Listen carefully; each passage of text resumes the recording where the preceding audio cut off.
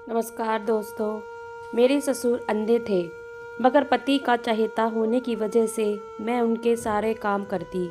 कभी कपड़े बदलती, कभी पास बैठकर उनकी सारी बातें सुनती।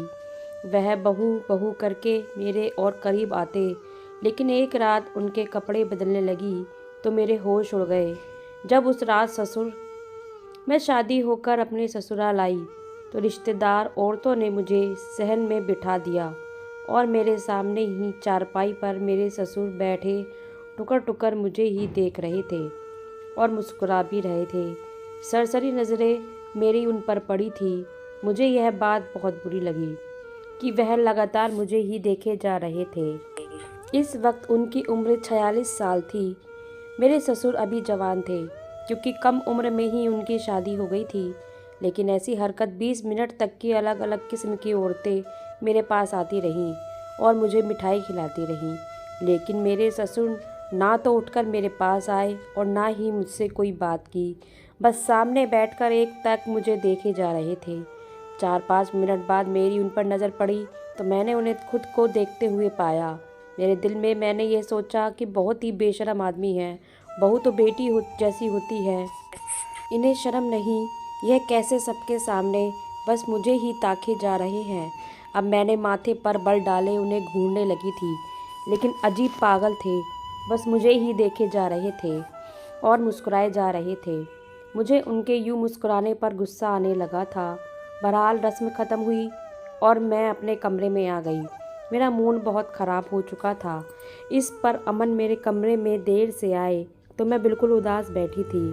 वह मेरे पास आकर बैठे तो मैंने उन्हें गुस्से से देखा। मुझे यूं उदास देखकर कहने लगे, क्या बात है रूपा? फिर वह समझे कि शायद वह काफ़ी देर से कमरे में आए हैं, मैं इसलिए नाराज़ हूँ। कहने लगे कि मेरे दोस्त आज मेरा पीछा नहीं छोड़ रहे थे। तुम तो जानती हो, ऐसे मौके पर दोस्तों की मजाक आसमान पर होती हैं। बहरहाल फिर अमन की तारीफ सुनकर मेरा मूड खुश हो गया। मैंने ससुर के बात को अपने पति के सामने दोहराया नहीं था कि क्या सोचेंगे। आते ही मेरे पापा के बारे में ऐसी बातें शुरू कर दी। मेरे पति अमन एक ही था और उनके पापा हैं, माँ नहीं थी। और उस वक्त घर में मैं और पति और मेरे ससुर थे। सुबह जब मेरी आँख खुली तो अमन कहने लगे कि आज का नाश्ता मैं बाज़ार से ही लाया हूँ, लेकिन देखो मेरे घर पर कोई औरत नहीं है, इसलिए आज के मेहमान नवाजी तो मैंने निभा दी है, लेकिन कल से सब कुछ तुम्हें संभालना पड़ेगा। यह बात मैं पहले से ही जानती थी, इसलिए मैंने कोई भी एतराज़ नहीं किया। जैसे ही मैं नाश्ता करने के लिए बाहर आई तो नाश्ते की टेबल पर मेरे ससुर बैठे थे। मैं उनके सामने बैठ गई। उसने मुझसे बात की, मुझे देखकर मुस्कुराने लगे। जब अमन टेबल के पास आए तो मेरे बजाय अपने पापा के पास बैठे और उनकी प्लेट में चने डाले और रोटी तोड़कर अपने हाथों से खिलाने लगे। यह देखकर मुझे बड़ी हैरत हुई थी और इससे ज़्यादा हैरत मुझे यह हुई कि अभी भी सामने बैठे वह मुझे ही देखे जा रहे थे। इससे तो अपने बेटे को भी लिहाज नहीं था और गुस्सा मुझे अमन पर भी आने लगा कि वह तो इन्हें रोक ही नहीं सकते। और फिर यह भी मुझे अजीब लग रहा था कि अमन इन्हें खुद क्यों खाना खिला रहे हैं। वो एक 46 साल के आदमी थे, क्या खुद नहीं खा सकते थे? मैंने कहा कि अमन, पापा जी खुद से खा सकते हैं, आप अपना नाश्ता करें। मेरी बात सुनकर वह कहने लगे, रूपा, मेरे पापा अंधे हैं, देख नहीं सकते हैं। यह सुनना था कि मेरा निवाला हाथ में ही रह गया।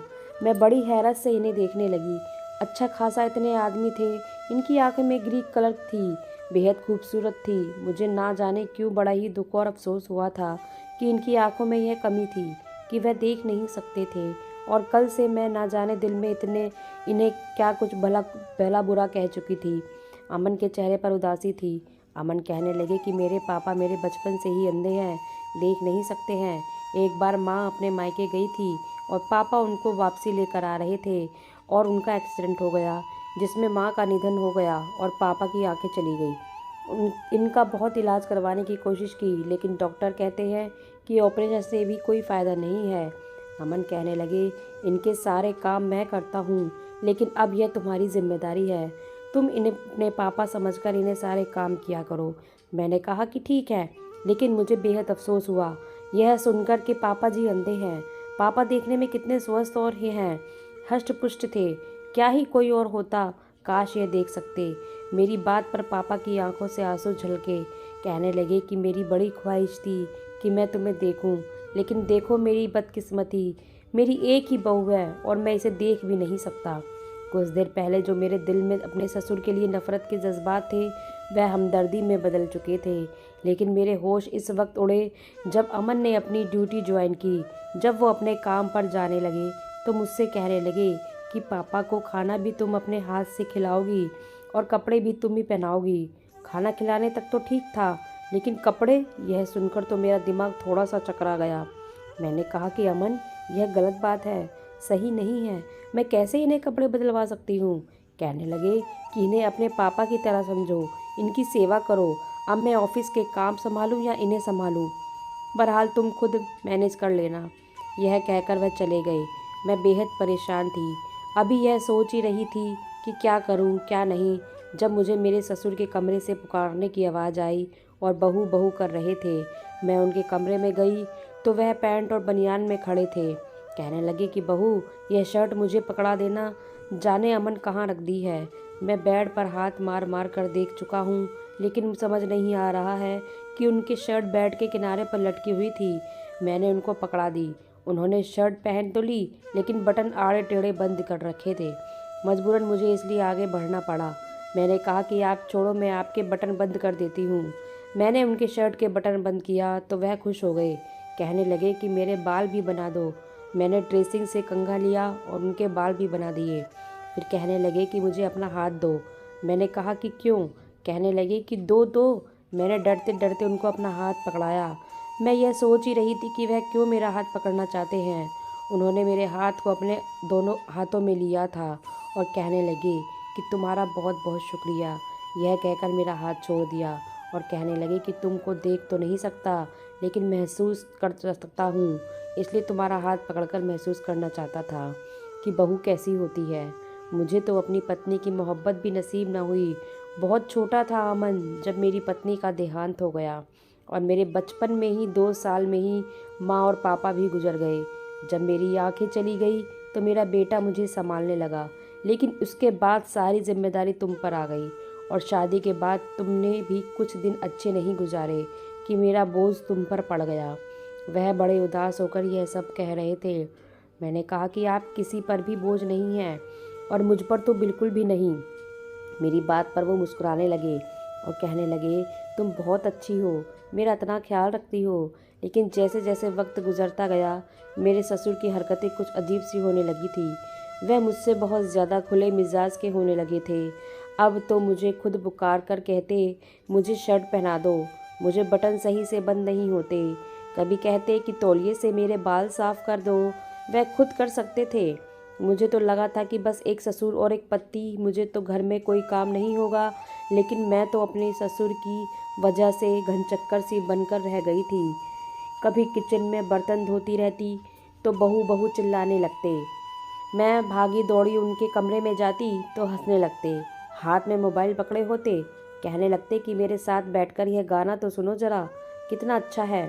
वह देख तो नहीं सकते थे, लेकिन सुन सकते थे, इसलिए मोबाइल पर कहानी और गाने सुनना उनका शौक था। मैं कहती कि आप सुन रहे हो तो खामोशी से सुनते रहे और मुझे यह बताए कि मैं बर्तन धोऊं, खाना बनाऊं या फिर मैं आपके साथ बैठकर यह गाने और कहानी सुनूं। मैंने बड़े प्यार से उनसे कहा था और एहसास भी दिलाया था कि मुझ पर बहुत ज़्यादा जिम्मेदारी है, और वह मेरी बात सुनकर हंसने लगे। कहने लगे कि मेरे पास बैठो और मेरे साथ यह गाने सुनो, तुम्हारी तबीयत भी खुश हो जाएगी। काम क्या है, काम तो होता रहेगा, काम को छोड़ो, काम भी कभी ख़त्म हुए हैं। मैं उनके बराबर में बैठ गई। मैंने कहा कि अच्छा चलिए, यह बताइए आपको भूख लगेगी तो क्या खाओगे। वह हंस के कहने लगे कि तुम्हारा सिर खाऊंगा। मैं उठ खड़ी हो गई। मैंने कहा, खबरदार, अब जो आपने मुझे आवाज़ दी तो बस मुझे काम के वक्त ही बुलाया करिए, मुझे अभी खाना बनाना है। अमन मुझे छोले भटूरे कहकर गए हैं, अब आपको भी तो छोले भटूरे पसंद है ना, और आपको क्या पता कितना वक्त लग जाता है छोले भटूरे बनाने में। ऊपर से इतनी गर्मी है कि किचन में खड़ा नहीं हुआ जा रहा। यह कहकर मैं बाहर चली गई। 3-4 घंटे लग गए थे मुझे किचन में काम करते हुए। मैंने छोले भटूरे बनाए। मैं बिल्कुल थक चुकी थी। बाहर आई तो घर गंदा पड़ा था। घर की सफाई की, फिर सोचा कि अपने ससुर का कमरा भी लगे हाथ साफ कर दूं। लेकिन जैसे ही मैं अपने ससुर के कमरे में दाखिल हुई, वह चीज़ों को टटोल टटोल कर अपना कमरा खुद साफ कर रहे थे। उनके हाथ में कपड़ा भी था जिससे वह फर्नीचर साफ कर रहे थे। यह देखकर मैं मुस्कुराने लगी। मैंने कहा कि आप यह क्या कर रहे हो, मैं कर देती हूँ। मैंने उनके हाथ से कपड़ा छीना तो वह कहने लगे कि नहीं, तुम थक जाओगी, बहुत बुरा लग रहा है कि सारे काम अमन ने तुम्हारे सिर पर डाल दिए हैं। बहू, ऐसा करो कि मुझे बता दिया करो, छोटे मोटे काम जो मैं कर सकता हूँ मैं कर लिया करूँगा। और बड़ी उदासी से और फिक्रमंदी से कह रहे थे।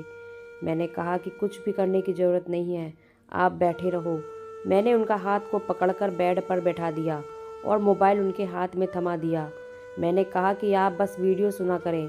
मैं उनको एक वीडियो लगा दी जिसमें अच्छी कहानी थी, लेकिन वो तो मोबाइल के साथ साथ मेरा हाथ पकड़ लिए और मुझे अपने पास बैठा लिए और कहने लगे, यहाँ बैठो तुम, बहुत कर लिया आपने, अब तुम कुछ नहीं करोगी। उन्होंने मेरा हाथ बड़ी मजबूती से पकड़ा था। मैंने कहा कि पापा, यह क्या हरकत है, मेरा हाथ छोड़ो, शाम हो गई है और मुझे चाय भी बनानी है। आप और बताओ, चाय के साथ क्या खाओगे, आपके लिए कुछ चिप्स तल दूँ? कहने लगे कि कुछ नहीं खाना मुझे, तुम अपने साथ किचन में ले चलो, बस मुझे बताओ कि क्या चाय कैसे बनाते हैं। मैंने कहा कि आप मेरी फ़िक्र छोड़ दें। यह कहकर मैंने अपना हाथ उनके हाथ से छुड़ाया और किचन में आ गई। उनके लिए चाय बनाई और चिप्स तले, फिर उनको चाय दी। चिप्स खाते हुए लगातार मेरी तारीफ़ कर रहे थे। फिर एक दिन वह हुआ कि मेरी होश उड़ गए। मुझे सुबह से ही बुखार था, लेकिन अमन को मेरी कोई परवाह ना थी। बस मुझे बुखार की दवा देकर चले गए थे। कहने लगे कि देखो, तुम बीमार मत पड़ा करो, मेरा सारा घर उलट पड़ जाता है। फटाफट से बुखार की गोली खा लेना और खाना घर पर ही बनाना। दोपहर को भी मुझे ऑफिस का खाना खाना पड़ता है और घर में आकर मैं बाज़ार का खाना तो बिल्कुल नहीं खा सकता। उनके सामने तो मैंने कहा कि चलो ठीक है, मैं कर लूँगी, लेकिन बुखार की दवा खाने के बावजूद मेरा बुखार कम नहीं हो रहा था। शायद मेरे गले में इन्फेक्शन हो गया था। गले में भी बहुत दर्द था और मेरे बुखार कम होने की बजाय बढ़ने लगा। मैं अपने कमरे में बेसुध लेटी हुई थी जब कमरे पर दस्तक हुई और फिर दरवाज़ा खुला। मेरे ससुर मेरे सामने खड़े थे। मैंने बहुत मुश्किल से अपनी आंखें खोलकर उन्हें देखा। वह अपनी स्टिक की मदद से चलते हुए मेरे पास आए। रूपा, तुमको क्या हुआ है? तुमने अभी तक मेरा नाश्ता भी नहीं बनाया, मुझे बहुत तेज़ भूख लगी है। मैंने कहा कि मेरी तबीयत ठीक नहीं है, मुझे बुखार है। यह सुनकर वह परेशान हो गए। मैंने कहा कि मुझसे बिल्कुल बैठा नहीं जा रहा है, मैं कैसे नाश्ता बनाऊंगी? वह कहने लगी कि क्या तुमने भी नाश्ता नहीं किया है? मैंने कहा कि नहीं, मेरी हिम्मत नहीं है कि मैं उठकर नाश्ता बना सकूं। ऐसा करिए कि आप अमन को फ़ोन कर दो, उससे कह दे कि वह जल्दी घर आ जाए, मुझे कुछ भी नहीं हो रहा है। मेरी बातें सुनकर वह कमरे से बाहर चले गए। कुछ ही देर बाद उनकी चीखने चिल्लाने की आवाज़ आने लगी। वो सुनकर मैं एकदम से बेड से उठकर बैठी थी। अपनी बुखार को भूलकर भी जल्दी से कमरे से बाहर आई, देखने की आवाज़ किसकी है। बाथरूम से आ रही थी और मैं बाथरूम में आई तो मेरे होश उड़कर रह गए थे। मेरे ससुर के माथे से खून निकल रहा था। मैं फटाफट से अपने ससुर के माथे पर लगी चोट से आ रहे खून को बंद करने की कोशिश करने में लगी थी, लेकिन उस वक्त तक उनके सिर से खून निकल चुका था। वह चिल्लाए जा रहे थे। मैंने कहा कि आप क्या करने गए थे बाथरूम में? कहने लगे कि मैं हाथ मुंह धोकर तुम्हारे लिए नाश्ता बनाने जाने वाला था। वह तड़ते जा रहे थे। कहने लगे कि मुझे क्या पता था कि मैं गिर जाऊंगा। मैंने जल्दी से अमन को फ़ोन किया कि पापा तो यूं तड़प रहे थे कि जैसे उन्हें तकलीफ़ पदार्थ ही नहीं हो रही हो। उनके सर और गर्दन से बहुत खून आ चुका था। वह तड़पते जा रहे थे। अमन को जब पता चला तो वो भी थोड़ी देर बाद घर आ गए थे। अमन पापा को ऐसी हालत में देख के ही बहुत खून निकल चुका था और वो रोने लगे। अमन उन्हें डॉक्टर के पास लेकर गए। मैं घर पर थी और बेहद परेशान थी कि जब मुझे अमन का फ़ोन आया, मैंने फ़ौरन से फ़ोन उठाया कि मेरे ससुर कैसे हैं। वह कहने लगे कि इतना सर से खून बह चुका है और इतना ज़ख्म हुआ है कि मैंने तुम्हें कहा भी था कि इनका ख्याल रखा करो। यह कहकर अमन रोने लगे। कहने लगे कि मुझे बहुत फ़िक्र रहती है इनकी, इनसे तकलीफ़ बर्दाश्त नहीं हो रही है। वह बहुत बुरी तरह से चिल्लाए जा रहे हैं। मैंने कहा कि मुझे बुखार था, मुझे क्या मालूम कि वह कब उठे और बाथरूम में चले गए। आंसू तो मेरी भी बह रहे थे। अमन कहने लगे कि मैं अस्पताल में ही रहूँगा, तुम मेरा इंतज़ार मत करना। मैंने कहा कि ठीक है। मुझे लगा कि सुबह तक मेरे ससुर को राहत मिल जाएगी, वह ठीक हो जाएंगे, फिर घर आ जाएंगे, मैं इनका बहुत ख्याल रखूँगी। लेकिन जो खबर मुझे सुबह सुनने को मिली, मेरे होश उड़कर रह गए। अमन ने कहा कि मेरे पापा हम लोगों के बीच नहीं रहे। यह सुनना था कि मैं रोने लगी। मैंने कहा कि अमन नहीं, आप ये क्या कह रहे हो? इनको जरा सी सर में चोट लगी थी, इससे कैसे कुछ हो सकता है? वे कैसे मर सकते हैं? मैं रोए जा रही थी तो अमन भी रो रहे थे। कहने लगे कि चोट इनके दिमाग की नसों तक पहुंच चुकी थी। बहुत कोशिश की डॉक्टर ने, लेकिन पापा से तकलीफ सही नहीं जा रही थी। पूरी रात मेरे पापा दर्द से तड़पते रहे। मेरे हाथ पकड़े हुए कहने लगे कि बेटा, मैं मरना नहीं चाहता, मुझे बचा लो, मुझे जीना है। अभी तो मेरी बेटी जैसी बहू मिली है मुझे, लेकिन वह जा चुके थे। यह सदमा हम दोनों पति पत्नी के लिए बहुत बड़ा था। मुझे अक्सर घर में ही मेरे ससुर की बहू बहू पुकार की आवाज़ आती थी। मैं भागकर जब उनके कमरे में जाती तो खाली कमरे को देखकर मैं फूट फूट कर रोने लगती। कभी मुझे लगता कि वह हंस रहे हैं कि रूपा बेटी छोड़ो सारे, मेरे पास आकर बैठो, मैं तुमको गाना सुनाता हूँ। मेरे पति बहुत दुखी रहने लगे थे। उनको अपने पापा की यादें बहुत खलती थी। मैं कुछ महीने बाद में पेट से हो गई थी। अमन मेरे बहुत ज़्यादा ख्याल रखने लगे थे, लेकिन यह पूरा वक्त भी मेरे अपने ससुर की याद में रोते ही गुजरा था। वो बहुत ही अच्छे इंसान थे और मुझे बहुत एहसास कराते थे। मैं खुद सोच रही थी कि काश मैं उठ जाती, नाश्ता बना लेती, पर जो किस्मत में होना होता है उसे कौन रोक सकता है। और फिर मेरे घर बेटा पैदा हुआ। अमन बहुत ठीक होने लगे थे। अमन ने अपने बेटे का नाम अपने पापा के नाम पर रखा। इसका नाम अपने पापा पे ही रखा। वो जब भी जीवित थे कहते थे कि मैं अपने पोते का नाम रोशन मैं खुद ही रखूँगा। पति की बातें सुनकर मेरी आंखें भर आई। मैंने उस बच्चे को सीने से लगा लिया। मैंने कहा कि ऊपर वाले ने हमें बहुत खुशी दी है, यही अब हमारे दुख को भरेगा और मेरे ससुर की याद पूरी दूर करेगा। तो दोस्तों, कहानी कैसे लगी कमेंट करके ज़रूर बताएं। चैनल पर नए हो तो सब्सक्राइब जरूर करें। कहानी अच्छी लगी हो तो लाइक ज़रूर करें। मिलते हैं अगली कहानी में। धन्यवाद।